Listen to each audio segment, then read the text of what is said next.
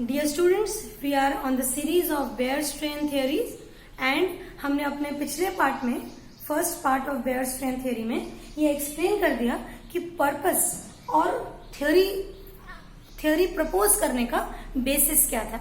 The basis was Van't Hoff's model that is bond angle is 109 degree and the basis was that all the carbons are lying in one plane. All the carbons are lying in one plane. These were the two bases. Now let us see the theory. What does actual Beer strain theory says that? Beer बोलता उसके हिसाब से जैसे वो उसका ये बोलना है कि ये आपका साइक्लोप्रोपेन है, करेक्ट. तो साइक्लोप्रोपेन का जो बॉन्ड एंगल है this is what it is 60 degree, correct. whereas if I look at the bond angle of what do you call it as cyclobutane, it will be 90 degree. If I see the bond angle of cyclopentane, it will be like around 109 degree. And if I see the bond angle of cyclohexane, it goes around 120 degree. ठीक है. उसकी सोच क्या है कि भाई सारे structures plane पे है, बिल्कुल जैसे हम बोर्ड पे बना रहे हैं वन प्लेन में, वैसे सारे स्ट्रक्चर्स हैं. तो उस हिसाब से ये जो है साइक्लोप्रोपेन, देखो कितना स्ट्रेन में है. स्ट्रेन मतलब क्या, देखो मेरे को ऐसे किसी ने रस्सी से ऐसे कस के बांध दिया तो मैं स्ट्रेन में हूं, मैं किसी भी तरीके से रस्सी खोल के भागने की कोशिश करूंगी, करेक्ट. इसीलिए बेयर की सोच ये है कि क्योंकि ये स्ट्रेन में है, नाम क्या दिया उसने अपने थियरी का, स्ट्रेन थियरी. तो जो स्ट्रेन में है बेयर के हिसाब से वो अपनी रस्सी खोल देंगे, they will show ring opening reactions. तो ये स्ट्रेन खोलने के लिए they will show ring opening reactions.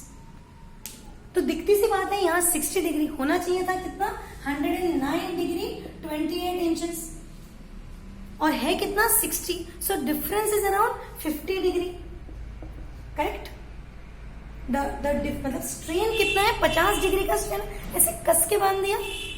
इसको देखो 90 डिग्री, 109 माइनस 90 भी 20 डिग्री के आसपास का स्ट्रेन है, 30 डिग्री के आसपास का, 20 डिग्री, करेक्ट. तो यहां भी स्ट्रेन है, देयर इज स्ट्रेन, लेकिन comparatively the strain is less. इसीलिए इसको अब देखो फॉर एग्जाम्पल ऐसे कस के बांध दिया तो कैसे भी करके ऐसे इतना तो भी ढीला कर दो यार, बांध के रखो पर इतना तो भी ढीला कर दो. तो अब अगर मेरे को रिंग ओपनिंग रिएक्शंस दिखाने हैं, मतलब मैं साइक्लोब्यूटेन हूं, तो मेरे को थोड़ा एफर्ट तुमको ज्यादा लगाना पड़ेगा. इसलिए बोला जाता है कि cyclobutane shows reaction in vigorous conditions. लेकिन ये वाला तो ऐसा है, बेचारा मजबूर है, ऐसे बांध के रख दिया उसको, तो फटाफट it will show ring opening reactions, correct. Look at this one 109 degree. कौन, साइक्लोपेंटेन. इसका तो बॉन्ड एंगल बिल्कुल हमारे कार्बन का जो होना चाहिए वही है. तो बड़ी अच्छी बात है कि साइक्लोपेंटेन में देयर इज नो डिफरेंस, मतलब ये मेरी रिलैक्स स्टेट है. तो क्यों मैं रिंग ओपनिंग रिएक्शंस दिखाऊं, वो तो बोल ही रहा ना कि जो वॉन हॉफ की बात ओबे करता, मतलब 109 डिग्री बॉन्ड एंगल पे रहता, वो हाईली स्टेबल है, राइट. तो उस हिसाब से साइक्लोपेंटेन बिल्कुल स्टेबल है और it will not show any ring opening reactions. ठीक है. क्या हमारी बात का पर्पस हम समझ रहे हैं. हमारा जो पर्पस था ये एक्सप्लेन करना कि क्यों रिएक्शन सिर्फ और सिर्फ साइक्लोप्रोपेन दिखाता, वो भी इतने सारे रिएक्शंस. जब साइक्लोब्यूटेन दिखाता तो सिर्फ कब, जब कंडीशंस विगरस हो तब, राइट. जब कंडीशंस विगरस हो सिर्फ तब. और साइक्लोपेंटेन तो बिल्कुल नहीं दिखाता. तो यस, हमारा साइंटिस्ट बेयर की थ्योरी हमको एक्सप्लेन कर पाई कि साइक्लोप्रोपेन रिंग ओपनिंग रिएक्शंस दिखाएंगे, ब्यूटेन दिखाएंगे इन विगरस कंडीशंस, और साइक्लोपेंटेन रिंग ओपनिंग रिएक्शंस बिल्कुल नहीं दिखाएंगे. लेकिन अभी कहानी बाकी है और कहानी का जो ड्रॉबैक है वो बाकी है. इतनी बात बेयर ने बिल्कुल अच्छे से, आज भी हम बेयर की बात सुनते हैं, समझते हैं, यहां तक के बस कि भाई साइक्लोप्रोपेन रिंग ओपनिंग दिखाएगा, ब्यूटेन दिखाएगा तो विगरस कंडीशंस में, और साइक्लोपेंटेन कभी भी रिंग ओपनिंग नहीं रिएक्शंस नहीं दिखाएगा।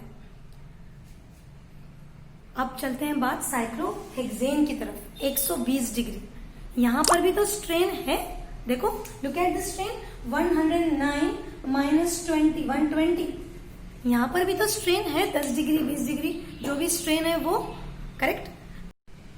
तो जब ये स्ट्रेन है तो ये रिंग ओपनिंग रिएक्शन क्यों नहीं दिखा रहा? देखो मैं थोड़ी देर पहले मैंने साइक्लोप्रोपेन की तुमको कंडीशन बताई, उसको ऐसे बांध के रखा। सोचो तुमको ऐसे करके रख दिया, जैसे कि क्रूसीफाई कर दिया 120 डिग्री, या साइक्लोहेक्सेन से ऊपर जाओगे तो एंगल और बढ़ता जाएगा बढ़ता जाएगा बढ़ता जाएगा। तो ऐसे हाथ भी तो स्ट्रेन में ही है, एक्सपेंडेड एंगल्स, ये भी तो स्ट्रेन ही है। तो फिर क्यों नहीं साइक्लोहेक्सेन भी रिंग ओपनिंग रिएक्शन दिखाता? उसने भी दिखाना चाहिए था। फिर साइक्लोहेप्टेन ने दिखाना चाहिए था, साइक्लोनोनेन, साइक्लोडेकेन, सबने दिखाना चाहिए था। हमने एडिशन रिएक्शन लिखते वक्त लिखना चाहिए था कि सिर्फ साइक्लोपेंटेन की रिएक्शन नहीं दिखाता, करेक्ट। तो ये ड्रॉबैक बेयर स्ट्रेन थ्योरी का है कि वो सिर्फ ये 3 को एक्सप्लेन करने में सक्षम है, लेकिन इसके बाद क्यों साइक्लोहेक्सेन रिंग ओपनिंग नहीं रिएक्शन नहीं दिखाता, ये उसके पास आंसर ही नहीं है, राइट। दिखाना चाहिए था ना, जब अगर साइक्लोहेक्सेन भी ऐसा है, वो भी स्ट्रेन में, वो this is not comfortable position, जैसे if this is not comfortable then expanded angle is also not comfortable. इसीलिए ये यहां पर बेयर की लिमिटेशन है, यहां पर बेयर अटक गया आके, ठीक है। अब बेयर की ये लिमिटेशन कि भाई वो साइक्लोहेक्सेन की स्टेबिलिटी, वो स्टेबल है, वो नहीं दिखाता एडिशन, लेकिन ये साइंटिस्ट बेयर एक्सप्लेन नहीं कर पाता। तो ये एक्सप्लेन करने के लिए हमारे पास 2 नए साइंटिस्ट थे, मिस्टर शास एंड मिस्टर मोर। तो हम अपने नेक्स्ट वीडियो में शास एंड मोहर थ्योरी देखेंगे, जो एक्सप्लेन करता कि क्यों साइक्लोहेक्सेन भी रिंग ओपनिंग रिएक्शंस नहीं दिखा सकते, बल्कि अगर बेयर के हिसाब से हम देखते समझते तो साइक्लोहेक्सेन ने भी रिंग ओपनिंग रिएक्शंस दिखाना चाहिए था, लेकिन रियल फैक्ट ये है कि they don't show. So we need a theory to understand and explain why cyclohexane is stable. Do watch my video on Shas and Moore model. Keep watching, keep liking.